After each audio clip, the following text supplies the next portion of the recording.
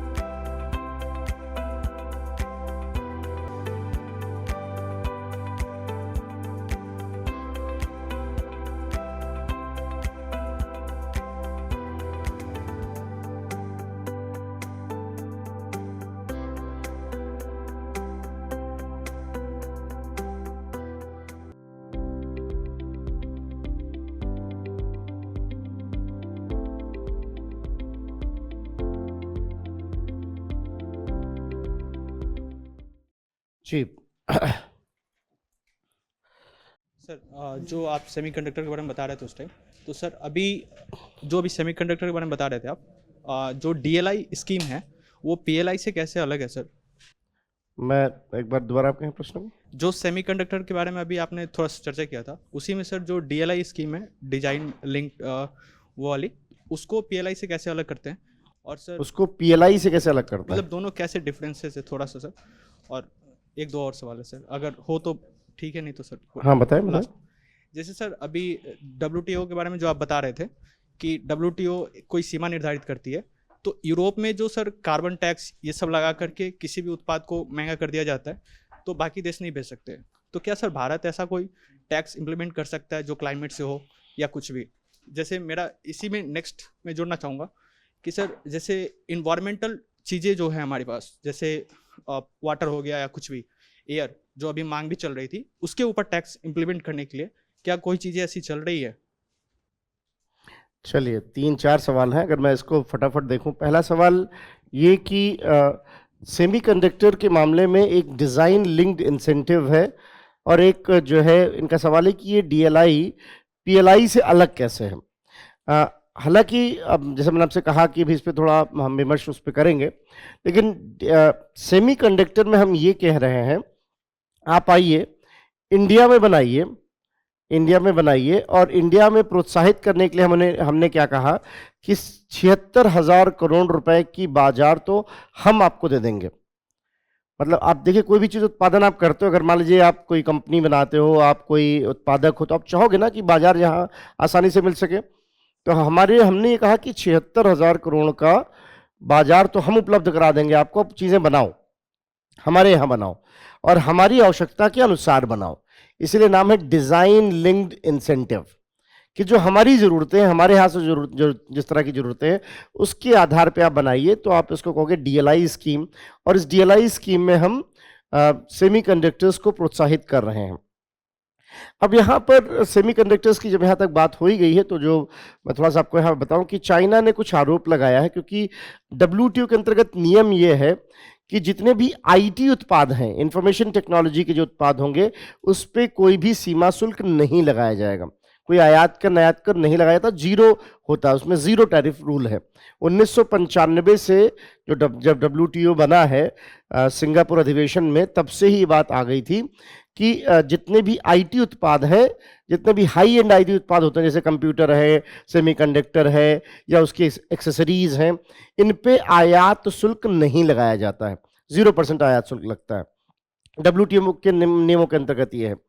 अभी हमने सेमीकंडक्टर में अपने यहाँ प्रोत्साहन जो दिया है और कुछ एक और घटनाक्रम हुए, तो उसमें कुछ देशों ने जो सेमीकंडक्टर हमारे यहाँ निर्यात करते थे, उन्होंने ये कहा है कि इंडिया अपनी तरफ से अनावश्यक शुल्क लगा रहा है।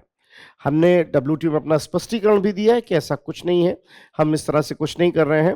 हाँ, ये ज़रूर है कि हम अपने यहाँ डिज़ाइन, इसीलिए हम डिज़ाइनिंग लिंक प्रोत्साहन नहीं कर सकते हैं। हम ये कह रहे हैं कि आप आओ, भाई हम उन कर को तो बदल सकते नहीं है बहुत, क्योंकि नियमों के अंतर्गत है वो।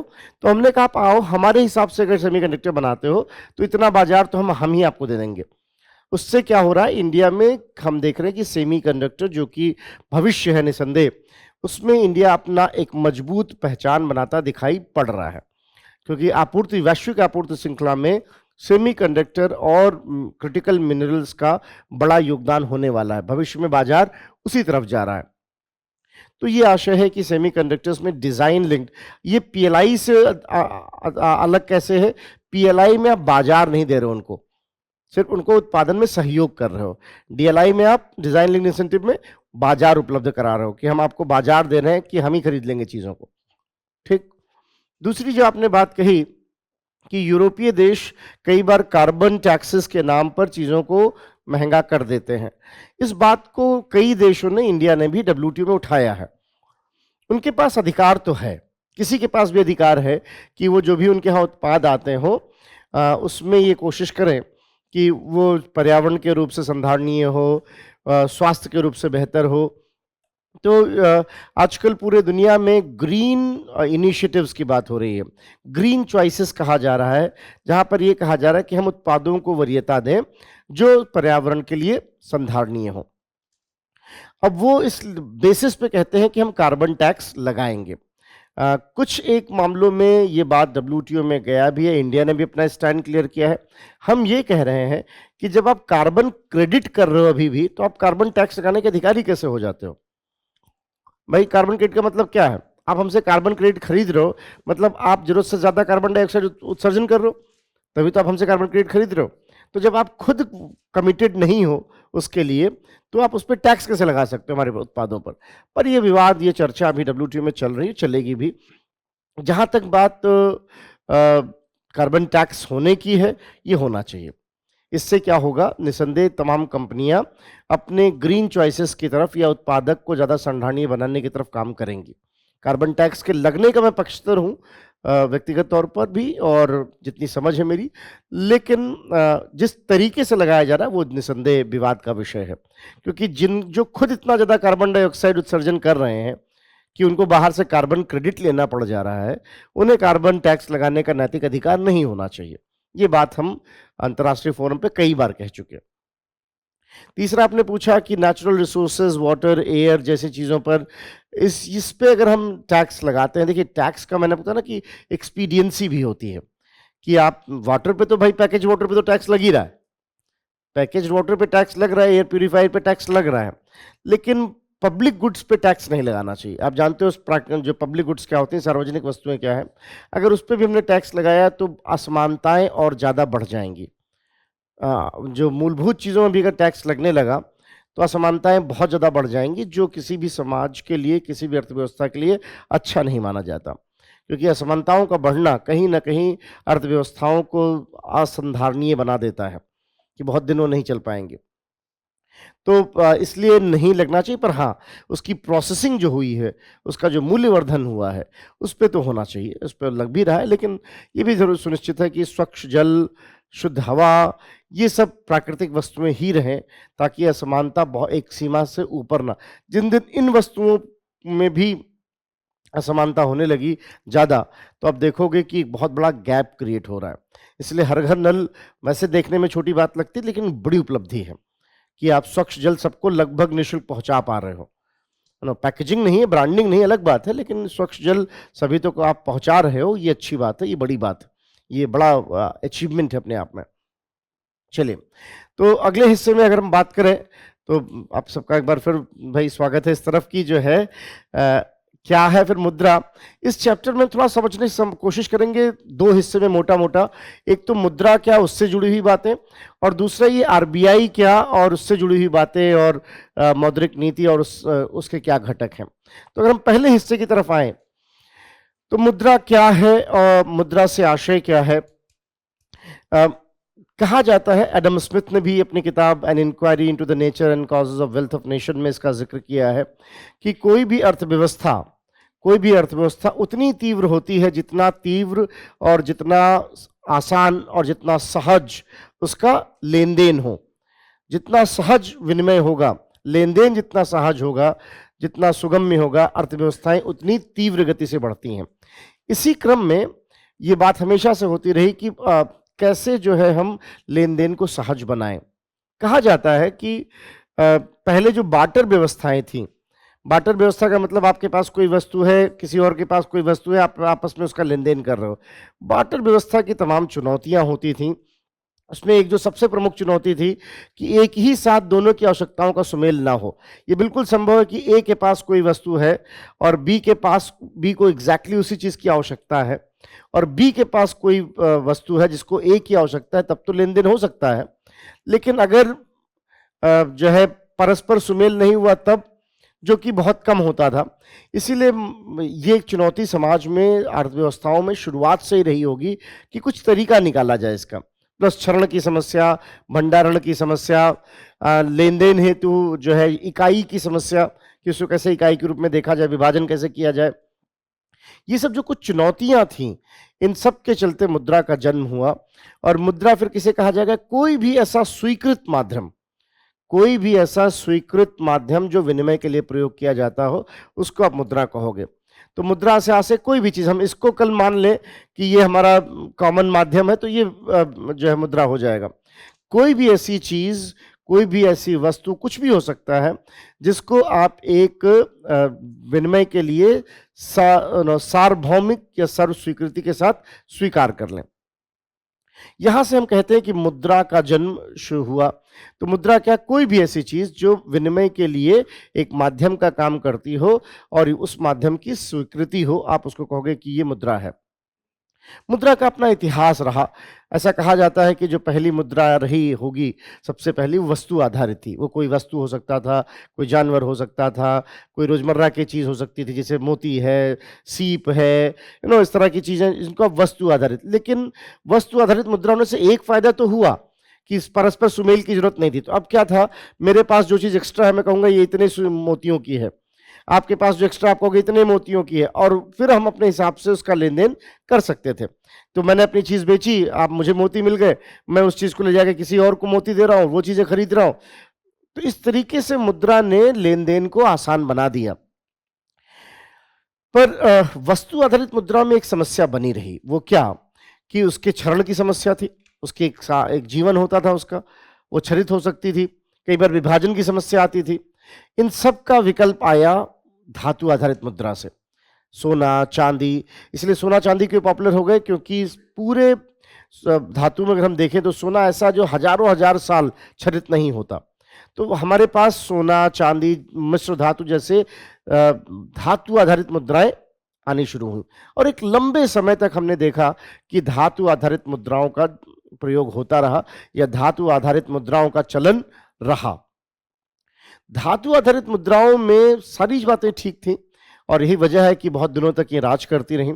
लेकिन धीरे धीरे जब अर्थव्यवस्था में और ज़्यादा आवश्यकता बनी मुद्रा की, और ज़्यादा लेन देन की जरूरत पड़ी, तो दो चुनौतियां दिखाई पड़ी। एक तो धातु की भी अपनी सीमा है, भाई सोना कितना हो सकता है पूरे दुनिया में, या चांदी कितना हो सकती थी, एक तो वो, प्लस उसको भी एक जगह से ले जाना, एक जगह से दूसरी जगह मुश्किल हो रहा था।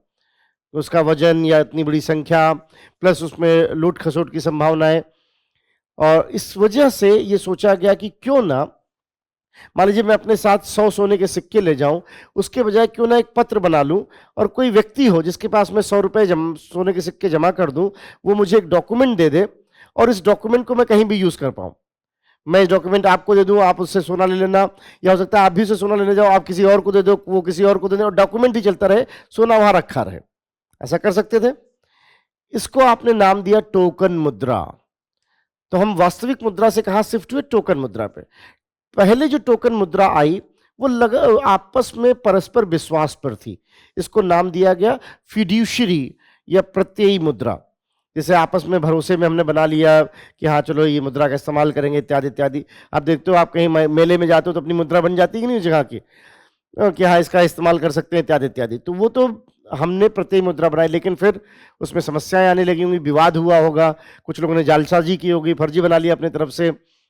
जब इस तरह की दिक्कतें आई तो ये कहा गया राज्य हस्तक्षेप करे और राज्य के नियमों के अंतर्गत मुद्रा बनाई जाए।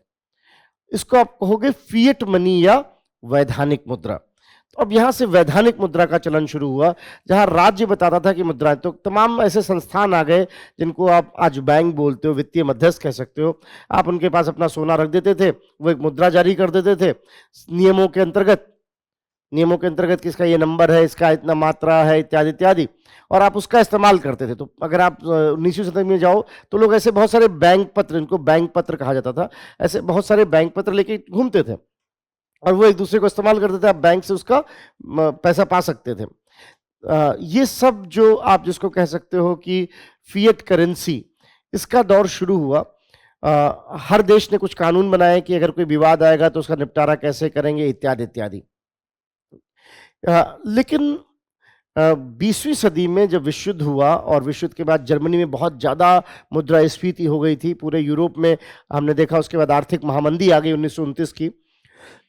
1929 की आर्थिक महामंदी के बाद लोगों का भरोसा बैंकों से थोड़ा कम हो गया था, क्योंकि बैंकों ने जो मुद्राएं आपसे रखवाई थी वो क्या कर रहे थे, आगे कर्ज दे रहे थे, वो उनको वापस मिला नहीं क्योंकि लोग जो है व्यवसाय नहीं कर पाए। ऐसे में जो बैंकों द्वारा जारी मुद्राएं थी उनमें विश्वसनीयता कम हो रही थी। इन सब के विकल्प में जो समय बहुत बड़े नाम थे, कीन्स और ऐसे लोग, इन्होंने कहा एक तरीका हो सकता है, जहां तक जिसमें विशेषकर अमेरिका के अर्थशास्त्रियों का बड़ा योगदान।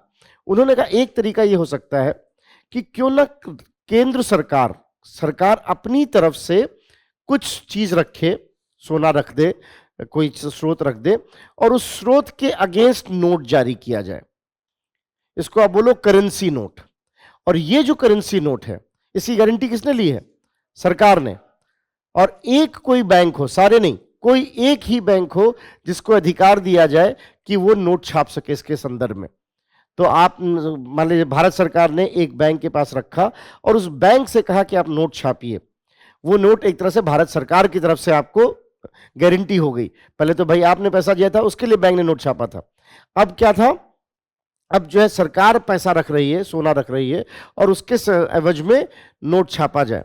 और ये जो नोट छापा जाए ये सभी को लेन देन के लिए बाध्यकारी कर दिया जाए, सब इसका इस्तेमाल करें। ऐसे बाध्यकारी मुद्रा को जिसकी गारंटी सरकार ने ली हो, उसको आप बोलते हो कि ये लीगल टेंडर है। सो लीगल टेंडर बाध्यकारी कर दिया गया। और इस प्रकार से धीरे धीरे आप देखो ध्यान से हो क्या रहा है, कहीं सोना रखा हुआ है, उस सोने के एवज में एक डॉक्यूमेंट दिया है जिसपे गवर्नर ने कहा है जब भी आप मांगोगे 500 रुपए का सोना आपको दे दूंगा, मैं धारक को 500 रुपए देने का वचन अदा करता हूं, आरबीआई गवर्नर का साइन है। आपके पास वो वचन पत्र था, आपने वचन पत्र किसी और को दे दिया कि लो भाई अब मेरे बजाय अब ये वचन पत्र तुम्हारा, 500 रुपए तो मिल गए, तुम जाके आरबीआई से ले लेना। उसने फिर किसी और को दे दिया, फिर उसने किसी और को दे दिया। तो हो क्या रहा, वचन पत्र सर्कुलेट हो रहा है और सरकार ने वहां अपना एक रिजर्व रखा हुआ था। यही कारण है कि जब ये लीगल टेंडर का दौर शुरू हुआ तो इस लड़ाई में सबसे आगे निकला डॉलर, क्योंकि डॉलर ने सबसे बेहतरीन फॉर्मूला निकाला था कि $1 छापा ही तब जाएगा जब 0.88 ग्राम सोना रखा जाएगा। तो इस प्रकार लीगल टेंडर का दौर शुरू हुआ। तो वैधानिक मुद्राओं के दो प्रकार हो सकते हैं, एक तो जो इसको आप कहोगे लीगल टेंडर जो बाध्यकारी है, और एक वो मुद्रा भी है जो बाध्यकारी नहीं, अगर दोनों पक्ष चाहें तो उसको स्वीकार कर सकते हैं। इनको कहा जाता है क्रेडिट मनी, कि आप एक दूसरे के रेपुटेशन के आधार पर उसको स्वीकार करो, क्रेडिट मनी। तो अब लीगल टेंडर का दौर शुरू हुआ। भारत में अगर हम बात करें तो लीगल टेंडर के दो स्वरूप दिखाई पड़ते हैं, सिक्के और करेंसी नोट। जो केंद्रीय बैंक द्वारा जारी किया जाएगा उसको करेंसी नोट कहेंगे, और बाकी जो बैंक जारी करेंगे वो विधा अभी भी है कि आप बैंक के पास पैसा रख दो और एक डॉक्यूमेंट जारी कर दिया जाए, उसको हम क्या बोलेंगे, उसको बैंक नोट कहा जाएगा अभी भी। जैसे डिमांड ड्राफ्ट है, इस तरह की बहुत सारी चीजें हो गई। तो इस तरह से एक प्रक्रिया निकल के आई जिसको लीगल टेंडर कहा गया। अब भारत में जो सिक्के हैं ये भी लीगल टेंडर है, जो नोट है, करेंसी नोट, वो भी लीगल टेंडर है। सिक्कों की अगर हम बात करें तो भारत में सिक्कों की शुरुआत मानी जाती है 1906 के क्वाइनेज एक्ट से, और 1956 में इसमें महत्वपूर्ण संशोधन किया गया और यह कहा गया सिर्फ भारत सरकार के द्वारा जारी सिक्के ही लीगल टेंडर होंगे, ना कि विभिन्न प्रिंसली स्टेट के, क्योंकि इस समय तमाम राजा महाराजा अपना सिक्का जारी करते थे। वो कहा गया वो लीगल टेंडर नहीं है, सिर्फ भारत सरकार द्वारा जारी किए गए सिक्के ही लीगल टेंडर होंगे। 2011 में इसमें फिर संशोधन किया गया और अब स्थिति यह है कि 50 पैसे से कम के सिक्के अब लीगल टेंडर नहीं है। सिक्कों के मामले में यह भी है कि जितने भी सिक्के हैं वो वित्त मंत्रालय के आदेश पर जारी किए जाते हैं। आदेश किसका? वित्त मंत्रालय का।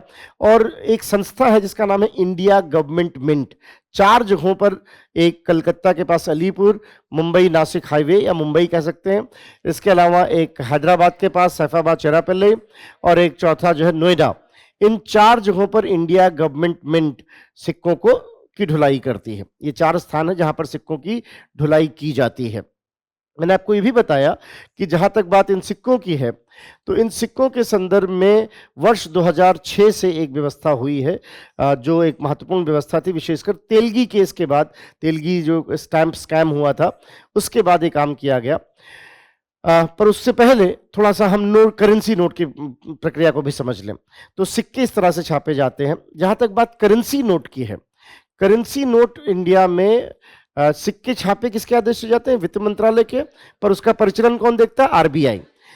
करेंसी नोट छापे जाते हैं आरबीआई द्वारा, और इसके लिए आरबीआई ने 1935 में, जब से आरबीआई कार्य करना शुरू किया, 1935 से 1956 तक आरबीआई ने आनुपातिक रिजर्व प्रणाली का प्रयोग किया।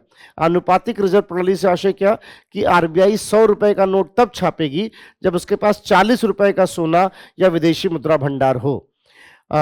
इसको आनुपातिक रिजर्व प्रणाली कहा गया, लेकिन 1956 के बाद हमने इसे परिवर्तित करके न्यूनतम रिजर्व प्रणाली में बदल दिया। न्यूनतम रिजर्व प्रणाली के अंतर्गत कम से कम 115 करोड़ का सोना और 85 करोड़, हालांकि बीच में एक दौर और था जब ये ज्यादा भी था, 85 करोड़ का विदेशी मुद्रा भंडार होना चाहिए। हकीकत में तो उससे बहुत ज्यादा है।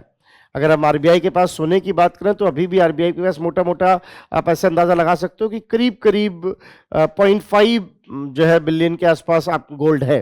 डॉलर की बात करें, रुपए तो छोड़ दीजिए, तो लेकिन वो जो है 0.5 बिलियन के आसपास।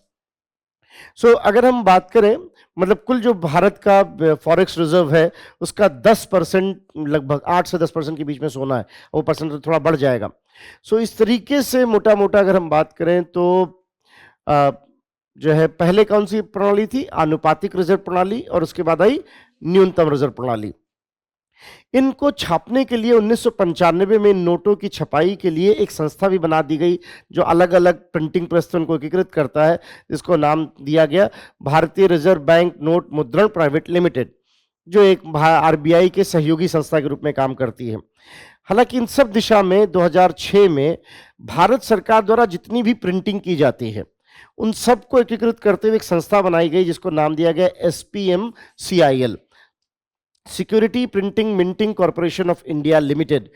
Security printing minting corporation of India limited, ये SPMCIL संस्था जो है, ये संस्था वित्त मंत्रालय के अंतर्गत कार्य करती है और जितनी भी तरह की छपाई होती है, चाहे नोट की छपाई हो, प्रतिभूतियों की छपाई हो, नोट हो, प्रतिभूतियां हो, यहां तक कि आपकी यूनिवर्सिटी के जो सर्टिफिकेट होते हैं, पासपोर्ट, ये जो आप भारत रत्न वगैरह का जो प्रशस्ति पत्र है, जितने भी तरह के सिक्के हैं, इन सब को, मतलब जितना भी छपाई का काम है वो इस संस्था को दिया गया। किसके अंतर्गत है? वित्त मंत्रालय के अंतर्गत। उद्देश्य था ताकि कोई छपाई में जो गलतियां होती हैं, जो लोग जालसाजी करते हैं, उससे बचा जा सके। तो SPMCIL इन सब नोटों के बारे में ध्यान रखता है, वो इसकी जो है छपाई, और आप कह सकते हो फिर सिक्कों की ढुलाई वित्त मंत्रालय के आदेश पर, आरबीआई द्वारा नोटों की छपाई, और दोनों का परिचालन आरबीआई द्वारा। तो इस तरह से भारत में अपना एक सिक्कों का जो है मुद्रा का एक इतिहास रहा, और धीरे धीरे हम कहाँ पहुँच गए? अब हम इस्तेमाल करने लगे लीगल टेंडर्स। और अगर आप देखो तो 1950-60 के बाद से इंडिया में लीगल टेंडर्स का दौर शुरू हो गया था और उसकी पूर्ण रूप से स्वीकार्यता भी दिखने लगी थी। हाँ, लीगल टेंडर फिएट मनी है। फिएट मनी एक जनरल शब्द है जिसका मतलब वैधानिक, फिएट मनी एक जनरल शब्द है जिसका मतलब वैधानिक मुद्रा, और उसके अंतर्गत आप कह सकते हो मोटा मोटा दो प्रकार की मुद्राएं हो गई। एक वो मुद्रा जो जब दोनों पक्ष माने तभी माना जाएगा, उसको बोलेंगे क्रेडिट मनी, और एक वो मुद्रा जो सभी पक्ष के लिए भारतीय सीमा के अंतर्गत बाध्यकारी है, उसको हम बोलेंगे लीगल टेंडर।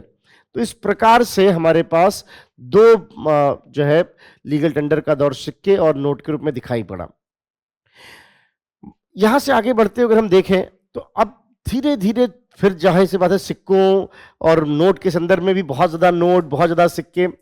90 के दशक में जब डिजिटलीकरण बढ़ा तो वहां से हमने देखा कि एक नई चीज शुरू हुई जिसको आपने नाम दिया प्लास्टिक मनी। प्लास्टिक मनी वस्तुतः कोई अलग से मनी नहीं है, बट लेन देन का तरीका प्लास्टिक कर दिया गया। उसके अंतर्गत क्या हुआ कि जब डिजिटलीकरण हो गया तो डिजिटलीकरण के माध्यम से कई सारी फिनटेक कंपनियां, फिनटेक बोलेंगे किसको, जो फिनांस या वित्त को और टेक्नोलॉजी को साथ लाते हो। इसमें बड़े नाम थे, वीजा, मास्टर कार्ड, जो आज आप रोज देखते हो, वीजा है, मास्टर कार्ड है, ये लोग, इनको पेमेंट गेटवे कहा गया। आप ऐसे समझें कि आपके अकाउंट को एक चाबी दे दी गई जिसका आप इस्तेमाल कर सकते, अपने अकाउंट तक पहुंच सकते थे कंप्यूटर के माध्यम से। वो चाबी दरअसल एक मैग्नेटिक इंक हुआ करती थी जो आप देखते हो कार्ड के पीछे लगा होता है। तो यहां से एक डिजिटल मनी का दौर शुरू हुआ और उससे भी आगे बढ़कर 21वीं सदी में मुद्रा ने बिल्कुल नया स्वरूप लिया जिसको नाम दिया क्रिप्टो करेंसी। ये जो क्रिप्टो करेंसी का दौर आया 21वीं सदी में, इसका पूरा श्रेय जाता है एक ऐसी तकनीकी को जो उस समय नया स्वरूप में दिखाई पड़ रही थी, विकेंद्रीकृत थी। सतोशी नकामोटो नाम के एक वैज्ञानिक ने इसको प्रचलित किया, जिसको आप बोलते हो ब्लॉकचेन तकनीकी। ब्लॉकचेन तकनीकी वस्तुतः क्या करती है, एक व्यवस्था है जिसमें बहुत सारे कंप्यूटर एक साथ जुड़ते हैं और डेटा जो है वो किसी एक सर्वर पर नहीं होता। डिजिटल जब शुरू हुआ डिजिटल दौर, तो एक अच्छी बात तो ये थी कि सभी जो बैंक थे, बैंक की जो विभिन्न शाखाएं थी, शाखाओं में जितने खाते थे, उन सब का आंकड़ा, पहले क्या था, एक रजिस्टर मेंटेन होता था कि फला आदमी का बाकायदा लिटरल रजिस्टर होता था कि फला आदमी के अकाउंट में इतना पैसा आया, इतना पैसा गया, लोग हाथ से लिखते थे। पर उसको हमने कंप्यूटरीकृत कर दिया। पर फिर भी मान लीजिए आपकी शाखा में आपका अकाउंट है, कैसे जान पाएगा कोई और कि उसमें कितना पैसा है? तो जाहिर सी बात है पहले क्रॉस वेरिफिकेशन करना पड़ेगा, इसलिए पहले लेन देन में बहुत समय लगता था। अब मान लीजिए एसबीआई की एक शाखा दिल्ली में है, एक शाखा कलकत्ता में है। हमने क्या किया, दोनों के जो आंकड़े उसको एक कॉमन सर्वर पे कर दिया, एक मेन सर्वर हो गया जिसपे आंकड़े आ गए। इसी को आप बोलते हो कोर बैंकिंग व्यवस्था, जहां डेटा को केंद्रीकृत कर दिया गया। ये तो अच्छी बात थी क्योंकि अब कलकत्ता वाला दिल्ली का डेटा भी देख सकता था, दिल्ली वाला कलकत्ता का डेटा देख सकता था और पूरे भारत में आप लेन देन कर पाते थे। लेकिन चिंता ये, कोई अगर सर्वर में छेड़खानी कर दे तो पूरा डेटा जा सकता था। ऐसे में डेटा सुरक्षा एक बड़ी चुनौती थी। ब्लॉकचेन क्या करता है, ये डेटा किसी एक सर्वर पे नहीं होता, यूं समझिए हर कंप्यूटर पे होता है। अब ब्लॉकचेन तकनीकी के बारे में क्लास में बता चुका हूं, कैसे काम करती है, बिटकॉइन कैसे काम करता है। आपको मैं कुछ बातें जो प्रीलिम्स के लिहाज से ध्यान रखनी चाहिए। अभी जो ब्लॉकचेन तकनीकी थी, ब्लॉकचेन तकनीकी के माध्यम से क्या कोशिश की गई कि जो है क्रिप्टो करेंसी, तो क्रिप्टो करेंसी, क्रिप्टो मुद्रा किसको कहा जाएगा? इमेजिन करिए कि कोई एक मुद्रा है जो सिर्फ कंप्यूटर जगत में काम करती है, उसका अपना कोड है, इंक्रिप्शन है। इंक्रिप्शन है, जैसे आपके नोट में नंबर होता है, फोटो होती है, ऐसे उसका एक इंक्रिप्शन है और वो इंक्रिप्शन जो है वो इस्तेमाल किया जा रहा है। यहां पर इसको बिटकॉइन को सोने जैसा रखा गया। सोने जैसा रखने का मतलब क्या, इसका अधिकतम कितना हो सकता है वो निर्धारित कर दिया गया। जैसे मान लीजिए बिटकॉइन को कहा कि आपने 21 मिलियन से ज्यादा नहीं होगा, तो मतलब अब टोटल कितना बिटकॉइन उपलब्ध है वो पता है। तो अगर बिटकॉइन खरीदने वाले ज्यादा होंगे तो कीमत बढ़ जाएगी, खरीदने वाले कम होंगे तो कीमत कम हो जाएगी। ऐसी बहुत सारी क्रिप्टो मुद्राएं शुरू हुई जिसमें बिटकॉइन, डोजकॉइन, इरिथ्रियम, ई दिनार, ऐसे बहुत सारे मुद्राओं का दौर और उनका बाजार शुरू हुआ। जब लोग बिटकॉइन ज्यादा डिमांड करेंगे तो जाहिर सी बात है मुद्रा बढ़ेगी। अच्छी बात यह कि डेटा बिल्कुल विकेंद्रीकृत था, सुरक्षित है और ब्लॉकचेन तकनीकी में कोई छेड़खानी संभव नहीं है। अब मैं इस पर बहुत डिटेल में नहीं जाऊंगा, पर आप ऐसे समझे कि उसमें एक कंप्यूटर में, ये कंप्यूटर आप यूज तब कर पाओगे जब आपको एक खास तरह की चाबी मिलेगी पिछले वाले कंप्यूटर से, जिसको आप प्री हैश बोलते हो। उस चाबी से आप इस कंप्यूटर को खोलोगे, फिर आंकड़ा आपके सामने आएगा, उस आंकड़े में आप परिवर्तन करोगे और परिवर्तन जब सबके नियम के अंतर्गत होगा तब आपको फाइनली एक तरह से अधिकार मिलेगा कि अब इसको लॉक कर पाओ। जो लॉक करके आप चाबी बनाओगे, वो चाबी अगले कंप्यूटर के लिए चाबी का काम करेगी, आपके लिए हैश, उसके लिए प्री हैश। मतलब कोई भी अगर कहीं भी कुछ छेड़खानी की तो एग्जैक्टली पता चल जाएगा कहां पर छेड़खानी हुई, क्योंकि उसके आगे पीछे के डेटा में तालमेल नहीं होगा। अब ये सब चीजें ब्लॉकचेन को बड़ा सुरक्षित बनाती है, इसलिए ब्लॉकचेन का तकनीकी का प्रयोग अब शिक्षा, स्वास्थ्य जैसी चीजों में भी नीति आयोग लगातार कह रहा है कि शिक्षा, स्वास्थ्य इत्यादि चीजों में ब्लॉकचेन का प्रयोग किया जाए। तो इस तरीके से जो है ये ध्यान रखिएगा, ब्लॉकचेन सिर्फ बिटकॉइन के लिए नहीं है, सिर्फ क्रिप्टो के लिए नहीं है, उसका तमाम जगहों पर इस्तेमाल हो रहा है। तो अब बिटकॉइन का दौर शुरू हुआ। बिटकॉइन एसेट है, जैसे सोना है कि डिमांड ज्यादा हुई सोने की तो कीमत बढ़ गई, और डिमांड कम हुई तो कीमत कम हो गई। तो जब बिटकॉइन की डिमांड ज्यादा या इथेरियम की डिमांड ज्यादा तो कीमत बढ़ेगी, डिमांड कम तो जैसे एक समय ऐसा था जब एलन मस्क ने ये कहा कि हम टेस्ला खरीदने के लिए बिटकॉइन को एक्सेप्ट करेंगे, तो लोगों ने खूब बिटकॉइन खरीदना शुरू किया, तो एकदम से बिटकॉइन की मांग बढ़ गई। फिर एलन मस्क ने कहा नहीं नहीं हम नहीं यूज करेंगे, तो एकदम से नीचे आ गया। तो ये इस तरह से, अच्छा इस दिशा में एक चीज आपको इस इम्तिहान के लिहाज से ध्यान रखनी चाहिए इस वर्ष के लिए, क्योंकि बिटकॉइन और ये तमाम क्रिप्टो मुद्राएं जब चर्चा में आई तो बैंकमैन नाम के एक व्यक्ति ने एक नया स्टार्टअप शुरू किया जिसको नाम दिया FTX। FTX वस्तुतः बिटकॉइन, ये जो क्रिप्टो बाजार है, इसके लिए एक बाजार उपलब्ध कराता है क्रिप्टो मुद्राओं के लिए।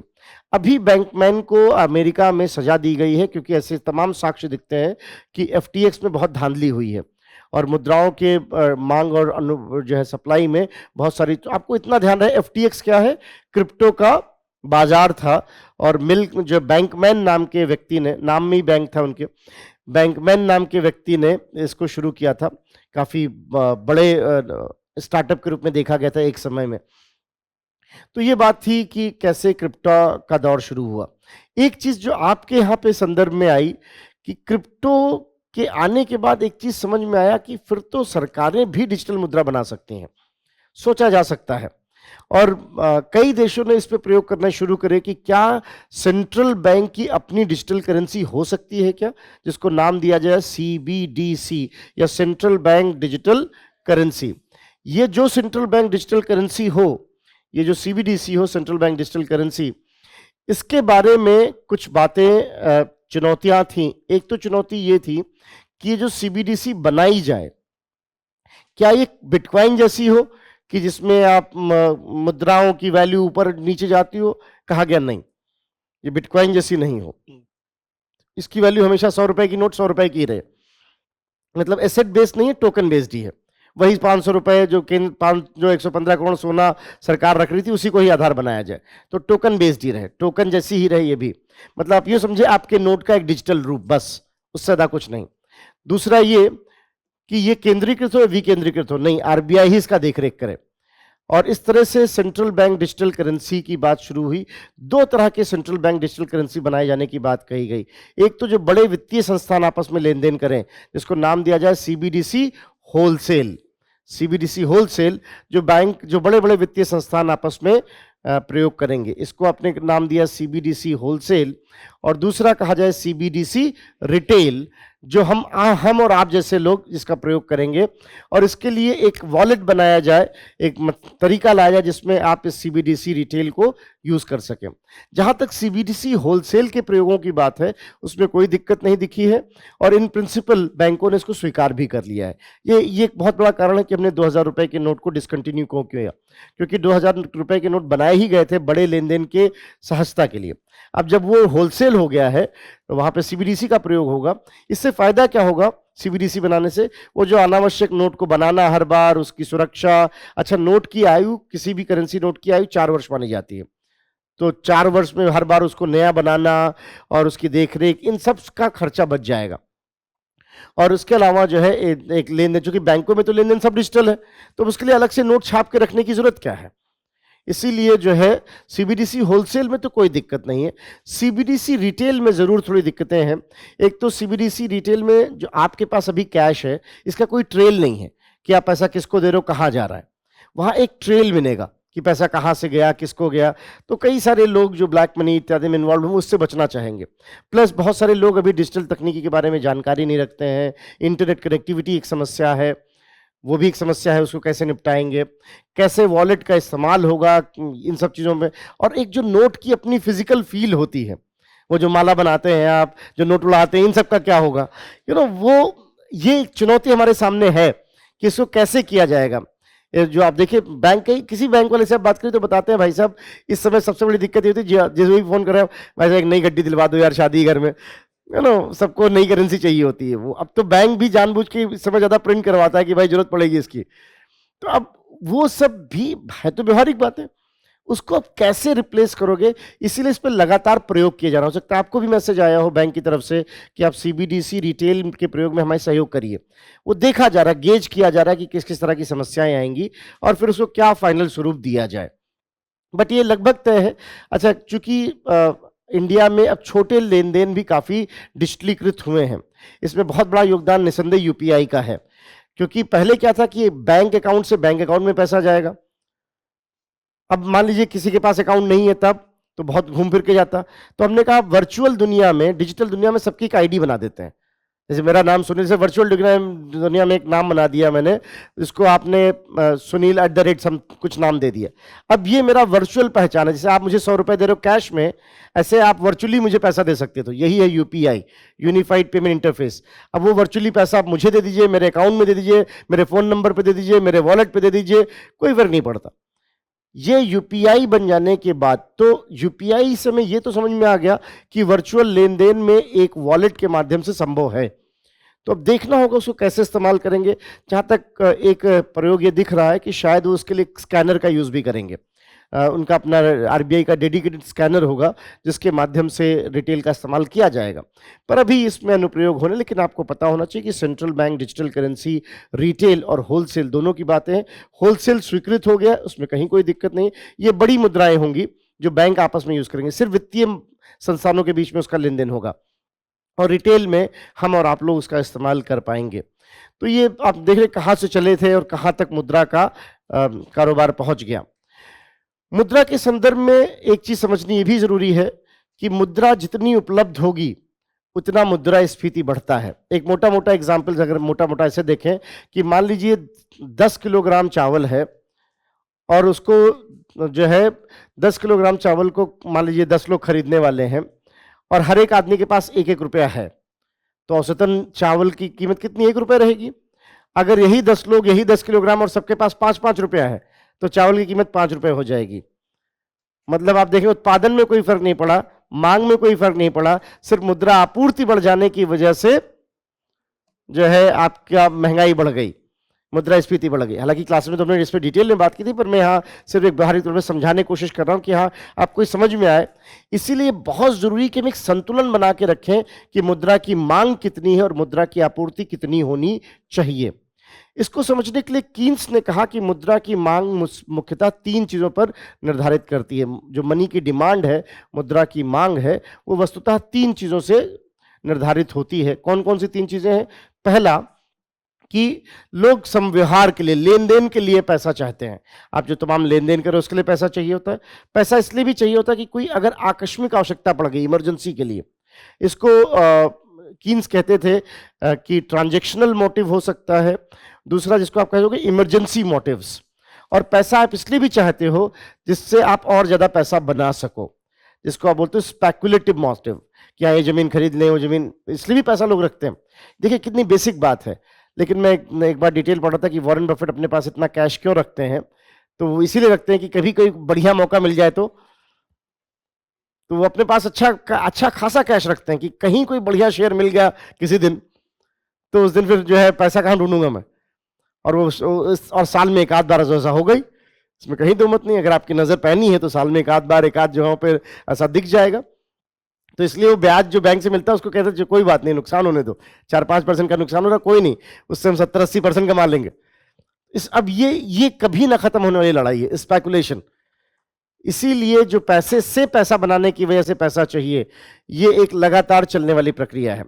तो ये 3 कारणों से पैसे की आवश्यकता होती है।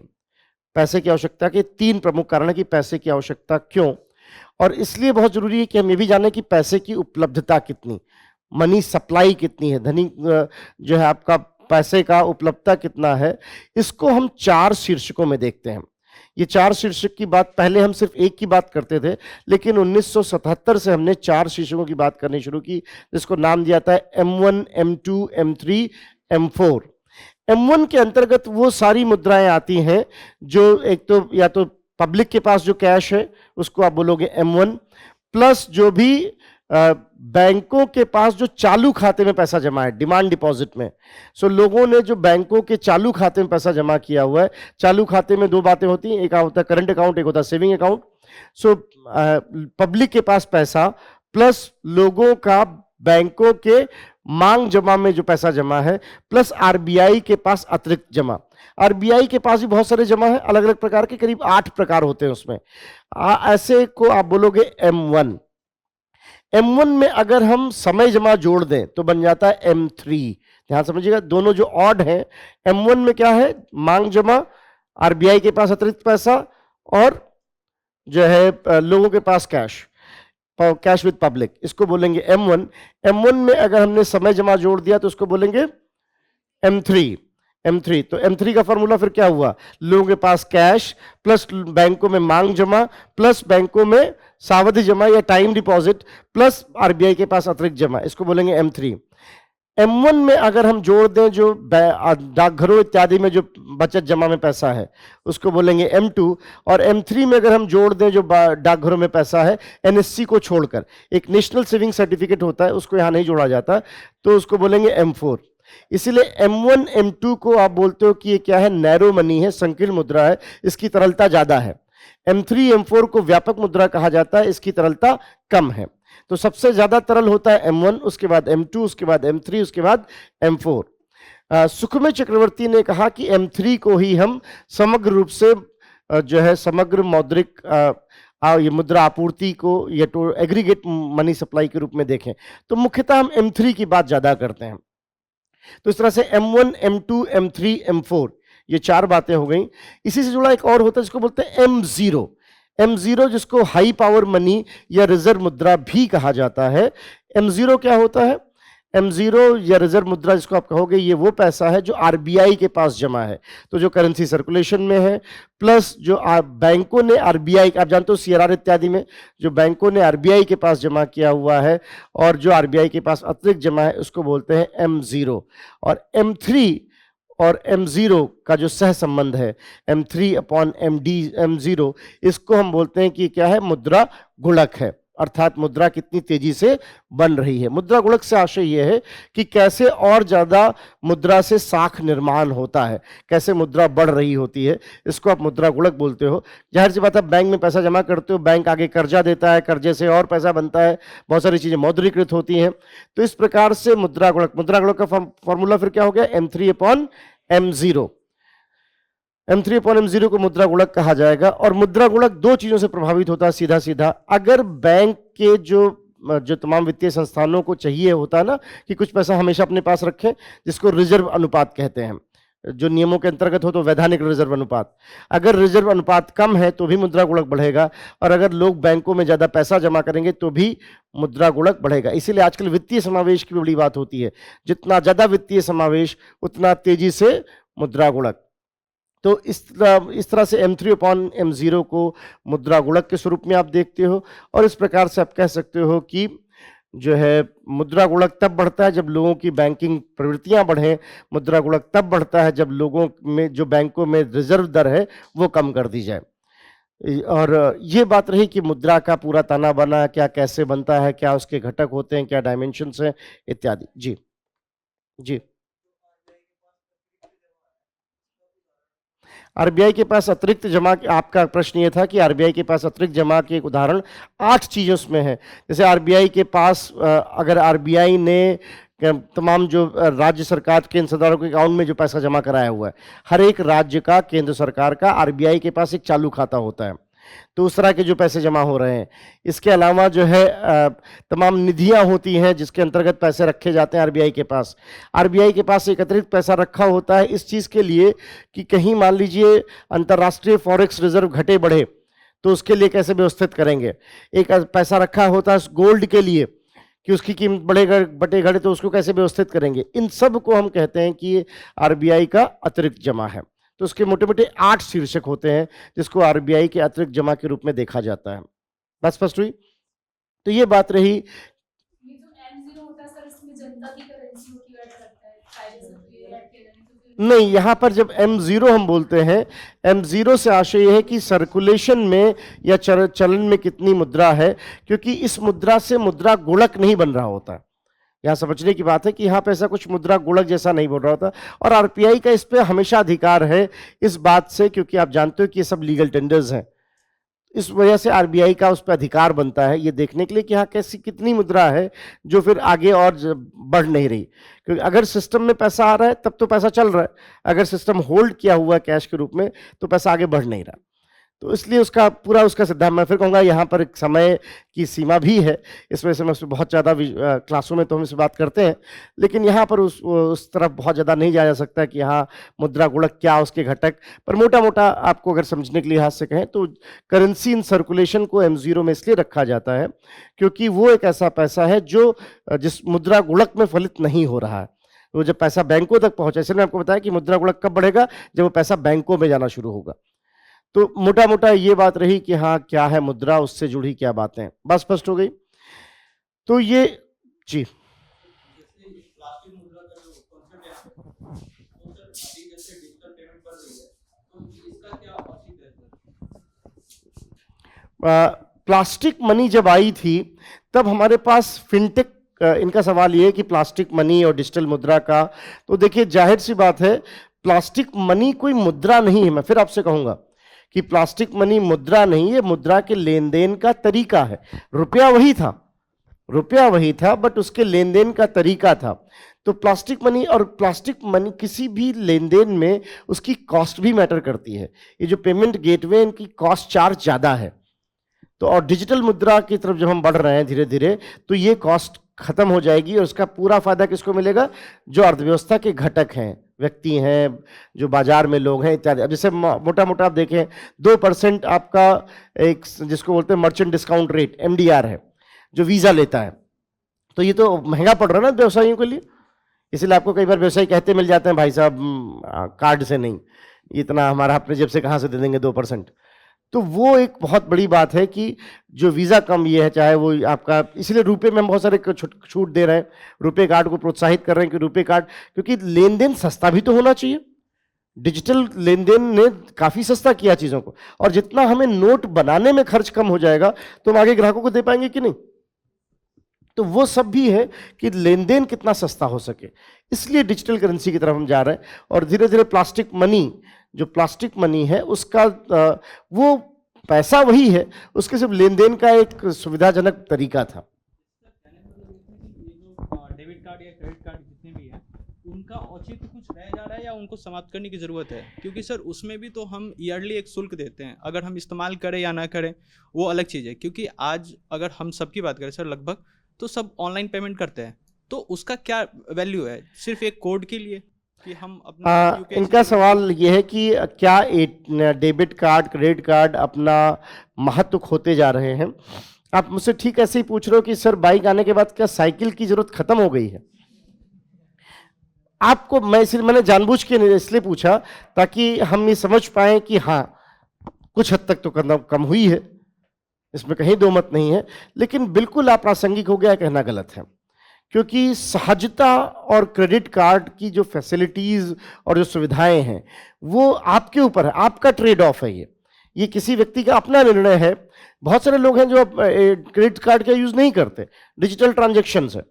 बहुत सारे लोग हैं जो वॉलेट यूज नहीं करते, मैं खुद वॉलेट बहुत यूज नहीं करता, मैं वॉलेट कैरी भी नहीं करता क्योंकि बहुत अब उसकी प्रासंगिकता, पर फिर भी हाँ अलग अलग लोगों के अलग अलग जो है अपने कैलकुलेशंस हैं। अगर आपको लगता है कि नहीं एक फीस दे देने की वजह से मेरे लिए सब सुविधाजनक हो जाता है इस तरह से, तो आपके ऊपर, आपके विवेक पर है। पर निसंदेह इसीलिए ये जो उत्पाद हैं, चाहे क्रेडिट कार्ड हो डेबिट कार्ड है, ये नए नए नवाचार के साथ आ रहे हैं ताकि इनकी प्रासंगिकता बनी रहे। क्योंकि किसी भी चीज में दो बातें होती, एक उसका एस्थेटिक वैल्यू होता है। अब आपको बड़ा अच्छा सा लगता है, आपने कार्ड टैप किया पैसा पेमेंट हो गया, वो एस्थेटिक वैल्यू, तो वो सब भी घटक हैं। पर प्रासंगिकता बिल्कुल खत्म हो गई ये कहना गलत है। ये कहना गलत होगा कि प्रासंगिकता के बिल्कुल, क्योंकि क्रेडिट सिस्टम को क्रिएट करना एक्चुअली मार्केट में डिमांड क्रिएट करता है। मैं अगर थोड़ा सा वैसे इस तरह की बातें यहाँ पे नहीं, लेकिन ये कक्षाओं की बातें होनी चाहिए थी, लेकिन फिर भी जैसे उदाहरण के लिए बात करें, 2-3 चीज़ें हैं जिससे क्रेडिट सिस्टम आने से क्या होता है कि आपके पास एक एडिशनल डिमांड बन जाती है। कहते हैं ना, जेब में पैसा तो खर्च हो ही जाता है, तो आप खरीद लेते ही हो। इसीलिए ये एमएनसीज ने बड़े सोच समझ के देखा कि हाँ भाई, लोग कैसे ज़्यादा खरीदें, तो क्रेडिट व्यवस्था लाएगी, ईएमआई पे खरीद लेते हैं इत्यादि इत्यादि।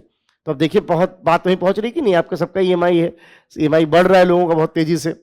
तो वो अब आपके विवेक पर है कि आप उसका कैसे इस्तेमाल करना चाहते हो। उत्पाद अच्छा है, उत्पाद में कहीं दिक्कत नहीं है, व्यवस्था होनी चाहिए।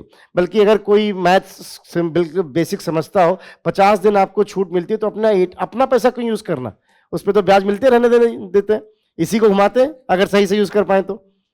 वो आपके विवेक पर, आपकी गणित, आपकी समझ पर है।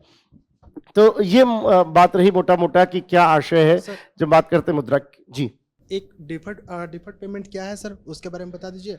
और सर जो एनएफटी है किस तरह से क्रिप्टो करेंसी से डिफरेंट है? 2 बातें हैं। इन्होंने पूछा कि एक तो डिफर्ड पेमेंट क्या होता है। डिफर्ड पेमेंट आपको पता है कि अर्थव्यवस्था में हर भुगतान तुरंत नहीं होता।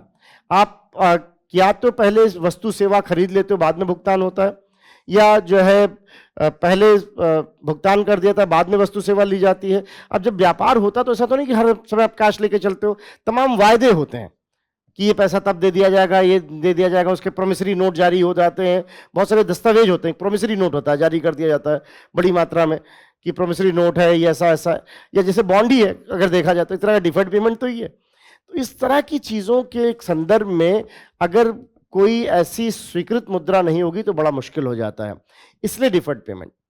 दूसरा सवाल एनएफटी को लेकर इनके हैं। हालांकि एनएफटी मुद्रा नहीं है, एनएफटी भी ब्लॉकचेन तकनीकी का इस्तेमाल करती है, एक डिजिटल एसेट है, इसलिए शायद हम उसको साथ में देखते हैं। क्रिप्टो करेंसी भी एक डिजिटल एसेट हो गई कि भाई इस डिजिटल वर्ल्ड में एक आपने मान लीजिए सोना जैसा कुछ क्रिएट कर दिया। अब एनएफटी क्या है? एनएफटी का फुल फॉर्म होता है नॉन फंजिबल टोकन। फंजिबल होता है किसी चीज को किसी चीज में परिवर्तित कर देना। तो अब मान लीजिए कोई चीज इतनी यूनिक है जिसको किसी और चीज में बदला नहीं जा सकता, तो उसको आप बोलोगे कि ये नॉन फंजिबल टोकन है, उसको हमने एक डिजिटल स्वरूप दिया। तो मान लीजिए मेरे पास एक टोकन है नॉन फंजिबल जो किसी और चीज में नहीं बदला जा सकता, बहुत यूनिक है। अब इस फोटोग्राफ को जो खरीद ले, इस चीज को जो खरीद ले, वो उसका स्वामी हो गया, उसका स्वामी हो गया। फिर उसको बेचा, किसी और को मिला, उसका स्वामी हो गया। तो हम क्या कर रहे हैं, इस नॉन फंजिबल टोकन की खरीद बेच हो रही है। इतना यूनिक है कि हमेशा, जैसे कि बहुत सारे लोग करते हैं, अमिताभ बच्चन साहब ने अपनी आवाज से करा रखा है, आज खुश तो बहुत हो गए तुम, उसको लोगों ने खरीदा भी, उसको बहुत सारे लोगों ने खरीदा एनएफटी।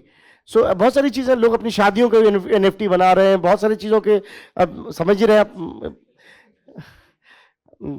अब वो बड़े लोग हैं, ज़्यादा मुझे उस तरफ मत ले जाना, उदाहरण देना ठीक नहीं है यहाँ पर बहुत सारे लोग शादियों की एनएफटी बना रहे हैं, है ना, जो बड़ी बड़ी शादियाँ होती हैं। तो उससे एनएफटी, शायद उस एनएफटी से ज़्यादा कमा लिया उन्होंने जितना खर्च किया हो, क्या पता। वो बैलेंस शीट तो मैंने देखी नहीं है, कोई ताजुब नहीं है कि उससे ज़्यादा पैसा कमा लोगे, किसी बोली लगी होगी, उसकी ऑक्शनिंग हुई होगी। तो एनएफटी यूनिक चीज़ होती है जिसका मान लीजिए आप ही हैं, आप अपनी किसी बहुत विशेष चीज को, जैसे आप मतलब आप तैयारी कर रहे हैं अभी, हो सकता है आप जहां रहे हैं उसकी सब फोटोग्राफ, उसका सब रिकॉर्ड, उसको आपने एनएफटी बना ली, कल सिलेक्शन हो जाए, क्या पता उसको खरीदने वाले मिल जाए कि हाँ। तो वो बहुत सारी चीजें हैं जिसको आप बोलोगे कि हाँ ये एनएफटी या नॉन फंजिबल टोकन्स हैं। ये डिजिटल एसेट होते हैं, जैसे बिटकॉइन डिजिटल एसेट है, जैसे क्रिप्टो डिजिटल एसेट है, ऐसे एनएफटी भी डिजिटल एसेट है। अब इसका लेन देन में प्रयोग नहीं कर सकते, लेकिन ये डिजिटल एसेट है जिसका जो आपकी एक संपत्ति, डिजिटल संपत्ति के रूप में, इसको खरीदने बेचने से जो लाभ मिले उस पर आपको कर देना होता है। तो ये बात रही एनएफटी क्या है। आई होप आपके दोनों सवालों के जवाब हो गए। चलिए तो आगे बढ़े। तो जी सर, डिजिटल करेंसी की बात की है सर आपने। सर इसे चाइना और इंडिया, इसमें सर अग्रसर है ज़्यादातर। इसमें sir European country, western country, USA, ये सर इससे हिचकिचाते हैं, बोलते असुरक्षित है। या किस प्रकार सर उन लोगों के लिए दो बातें हैं जिसकी वजह से वो थोड़ा हिचकिचाते नजर आ रहे हैं। इनका सवाल कि आखिर डिजिटल करेंसी को लेकर, क्योंकि जो अभी जो विनिमय दर है उसमें यूरो को, डॉलर को, पाउंड स्टर्लिंग को प्राकृतिक लाभ है, प्राकृतिक लाभ है। अगर डिजिटल करेंसी की स्वीकार्यता बढ़ती है और उसका लेन देन ज़्यादा होता है तो यूरो को डॉलर को नुकसान पहुंचेगा।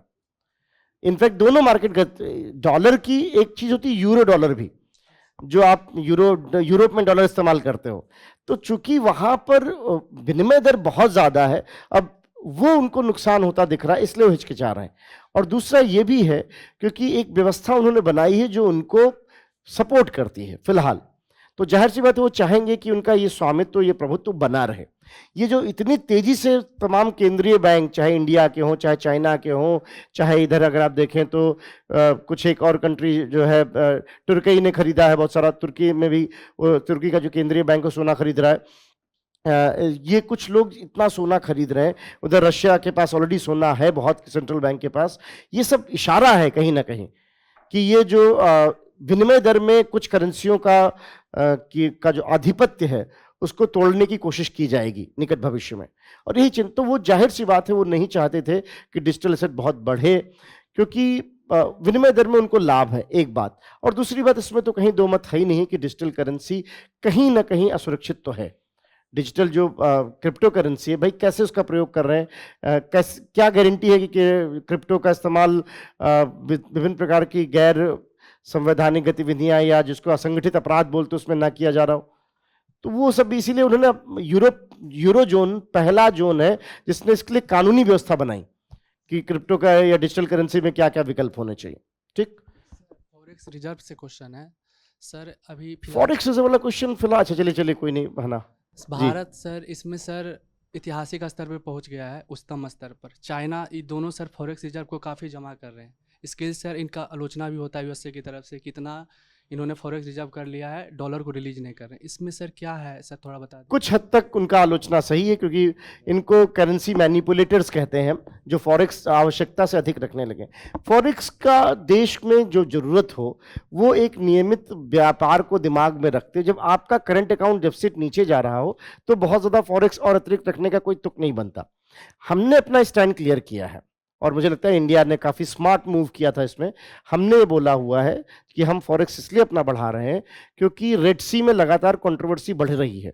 अगर रेड सी में कुछ और दिन ऐसे चला तो हो सकता है कि तेल हमारे यहाँ बहुत महंगा हो जाए, तब हमें जरूरत पड़ेगी डॉलर को और ज़्यादा सिस्टम में पंप करने की, तो हम फॉरेक्स में उसका इस्तेमाल करेंगे। ये इंडिया का एक्सक्यूज़ है और वो जेन्युइन एक्सक्यूज़ है, क्योंकि हम जानते हैं कि उससे फिर तेल की कीमत बढ़ सकती है और ऑलरेडी हम मुद्रा, इसीलिए अगर आप ध्यान से देखें तो मौद्रिक नीति समिति ने अभी भी रेट चेंज नहीं किया है।